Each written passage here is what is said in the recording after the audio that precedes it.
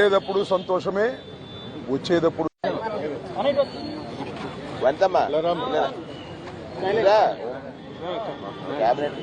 Okay సంతోషం. వెళ్ళేటప్పుడు సంతోషమే, వచ్చేటప్పుడు సంతోషమే. ఎందుకంటే 18 రోజుల పాటు ఆల్ ఆర్ బెయిలబుల్ కేసెస్ 18 రోజుల పాటు సెంట్రల్ ప్రిజన్లో ఉండవలసిన పరిస్థితి ఏర్పడింది. దీనికి కారణం ఈ ప్రభుత్వం, పోలీసులు కుమ్మక్కై చేసినటువంటి సంఘటనలు. నేను చాలా వివరంగా గుంటూరు వెళ్ళిన తర్వాత మళ్ళా మాట్లాడతాను. నేను అందరికీ ఈ సందర్భంగా నా ధన్యవాదాలు తెలియజేస్తున్నాను. నాకు ఎవరైతే సపోర్ట్ చేశారో ఈ సంఘటనలో, ఎవరైతే మద్దతు పలికారో వారందరికీ నా హృదయపూర్వక ధన్యవాదాలు. అలాగే కొంతమంది మద్దతు పలకలేదు, వారికి కూడా నా ధన్యవాదాలు. వారు ఏమన్నారంటే పెద్ద మాట అన్నారు, దానికి కూడా నేను గుంటూరు వెళ్ళిన సమాధానం చెప్తా. అదేమన్నారంటే అసహ్యంగా మాట్లాడితే దాడులు చేయరా అని. అసహ్యంగా మాట్లాడితే దాడులు చేయదలుచుకుంటే ఎంతమంది మీద చేయాలి? అసహ్యంగా మాట్లాడే వాళ్ళ మీద. అది ఒక అంశం. వాళ్ళకు కూడా నేను రేపు నా సమాధానాన్ని తప్పనిసరిగా చెప్తా. 18 రోజులు నన్ను జైల్లో పెడితే నేను భయపడతాననుకున్నారేమో. భయపడే ప్రశ్న ఈ అంబటి రాంబాబుకు ఉద్భవించదని మనవి చేస్తున్నా.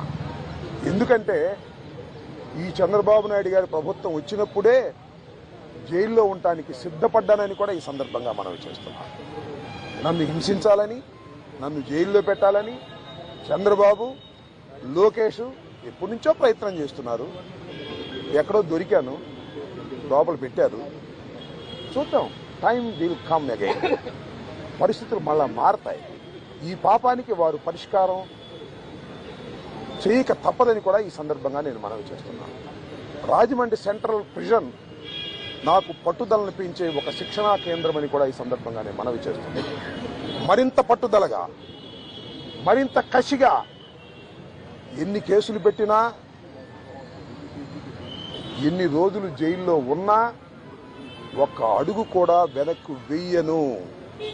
జగన్మోహన్ రెడ్డి గారి నాయకత్వంలో ఈ కూటమి ప్రభుత్వాన్ని ప్రజాస్వామ్యబద్ధంగా కూల్చేంత వరకు ఈ పోరాటం ఆగదు. ఎన్నిసార్లు జైల్లో పెట్టినా వెనక్కు వెళ్లే ప్రశ్న లేదు. అన్యాయంగా, అక్రమంగా జైల్లో పెట్టారు. నా ఇల్లు దహనం చేయడానికి ప్రయత్నం చేశారు, నా కార్లు పగలగొట్టారు, నా ఆఫీస్ పగలగొట్టారు, నా పెళ్ళాం బిడ్డల్ని తరిమి కొట్టారు, నన్ను చంపడానికి ప్రయత్నం చేశారు, తీసుకొచ్చి జైల్లో పెట్టారు. ఏమైంది? ఏమైద్దని అడుగుతా ఉన్నా. చంద్రబాబు నాయుడు అడుగుతా ఉన్నా, లోకేష్ని అడుగుతా ఉన్నా. ఏమైద్ది? ఏమీ కాదు. మళ్ళా కాలం గిరున తిరిగి వస్తుంది. అన్నిటికీ సమాధానం ఇవాళ చాలా మంది మిత్రులు మాట్లాడారు. బయట జరిగిన సంఘటనలు నాకు తెలియదు, చాలా తక్కువ మాత్రమే, పేపర్లో ఉన్నవి మాత్రమే నేను తెలుసుకున్నాను. జైలు జీవితాన్ని నేను అనుకోకండి, ఎంజాయ్ చేశాను. ఎంత కఠినంగా ఉన్నా ఎంజాయ్ చేశాను.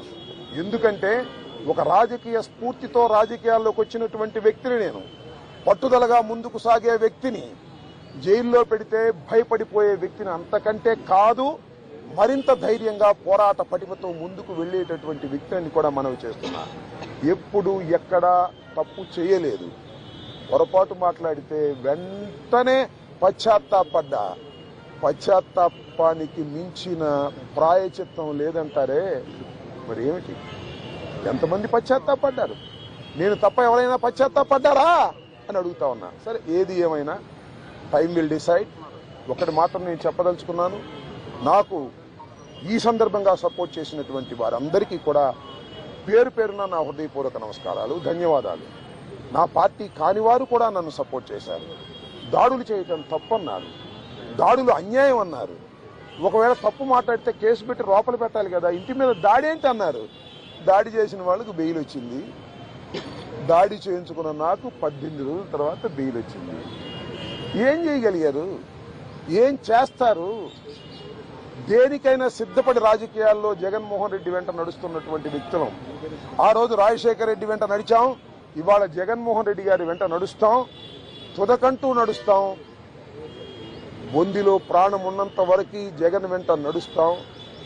ఏ విషయాన్నైనా, ఎన్ని కుట్రలనైనా, ఎన్ని కుతంత్రాలనైనా ఎదుర్కోవడానికి సిద్ధంగా ఉన్నామని కూడా ఈ సందర్భంగా మనవి చేస్తున్నాను.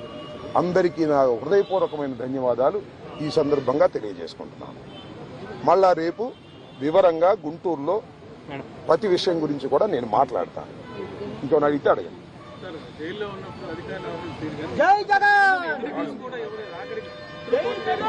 జైల్లో ఉన్నప్పుడు అధికారులు వాళ్ళ రూల్ ప్రకారం పోతారు, అక్కడ ఫుడ్డే పెడతారు. అది నాకు నచ్చినా నచ్చకపోయినా ఆ ఫుడ్డే తింటాను. కలకాలం తింటాను ఆ ఫుడ్. ఆ పెట్టిన ఫుడ్ నాకు నచ్చలేదు, ఎందుకంటే కొద్దిగా డబ్బులు ఉండవాళ్ళం కదా, మంచి ఫుడ్ తింటాం. జైల్లో మంచి ఫుడ్ కావాలంటే వస్తుందా? కోర్టు వారు నాకు ఆర్డర్ ఇవ్వలేదు. ఓకే, జైలు అధికారులు వారి ప్రవర్తన వాళ్ళది, వాళ్ళు నాకేమో స్పెషల్గా ఏం చూడాల్సిన అవసరం కూడా నేను ఎప్పుడు కోరుకోలేదు, కోరుకోను కూడా. సామాన్య ప్రశ్నలుగానే ఉండటానికి నేను ఇష్టపడ్డాను. కోర్టు ఆర్డర్ ఇస్తే బయట భోజనం తిందాం అనుకున్నాం, కోర్టు ఆర్డర్ ఇవ్వలేదు, లోపల భోజనమే తిన్నాం. కొద్దిగా చిక్కినట్టున్నా, అయినా ఏం కంగారు ఏమి లేదు, ఏం ఇబ్బంది కూడా ఏమి లేదు. ఆరోగ్యం బ్రహ్మాండంగా ఉంది, ఆరోగ్యం మరింత పట్టుదలగా ముందుకు సాగుతుంది.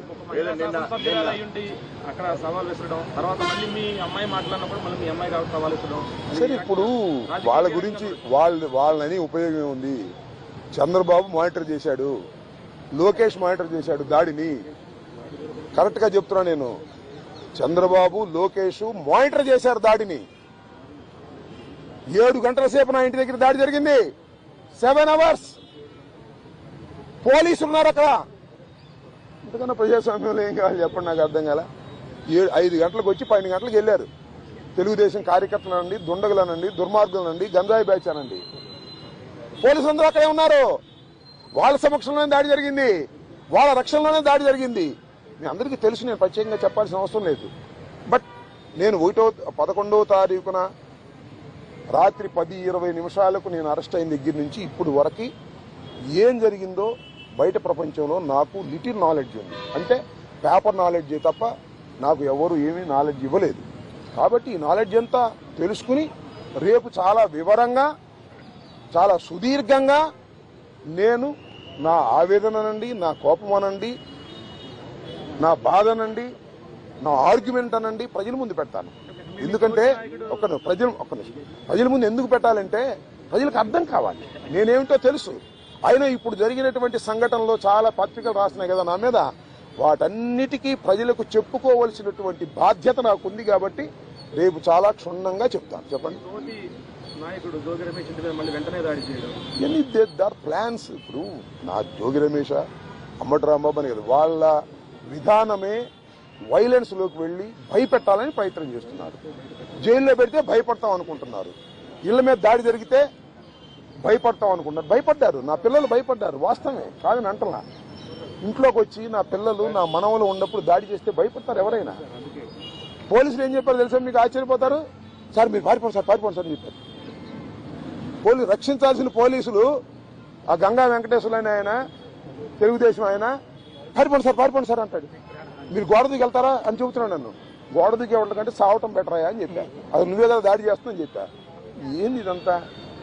అంతా చాలా వికృతంగా, ఆటవిక రాజ్యంగా మీరు చేశారు. వీటన్నిటికీ ప్రజాస్వామ్యంలో అన్నిటికీ సమాధానం వస్తుంది ఒక రోజున. వాడికి తప్పనిసరిగా సమాధానం చెబుతాం. మీరు కేసులు పెట్టి భయపెట్టాలనుకున్నారు, భయపడం, మరింత ధైర్యంగా ముందుకు సాగుతామని కూడా ఈ సందర్భంగా మరోసారి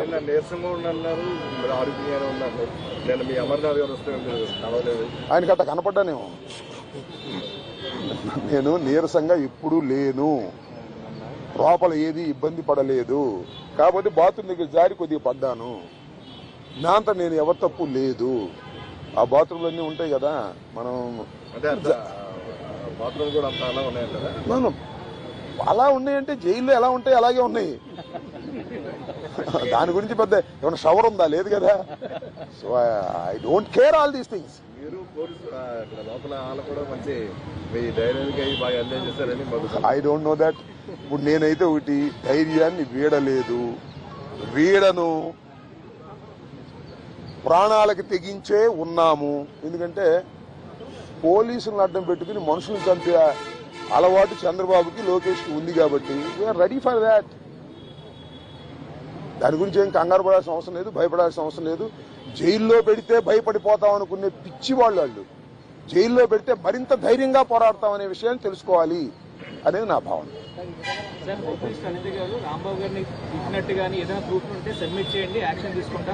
చూశారుగా మీరు, సోషల్ మీడియాలో చూడలేదా? నన్ను తిడతా ఒక ఆమె వీర విహారం చేసింది. వాళ్ళు కళ్ళుండి గుడ్డి వాళ్ళు పక్షపాతంగా వ్యవహరిస్తున్నారు. హోంమంత్రి చేతిలో ఉంది గారి గుడ్డి మైక్ తప్ప. ఆమె మైక్ హోంమంత్రి, అంతా లోకేష్ చంద్రబాబే కదా మానిటర్ చేసేది. ఆమెం చేస్తుంది పాపం, అనిత ఏం చేస్తుంది?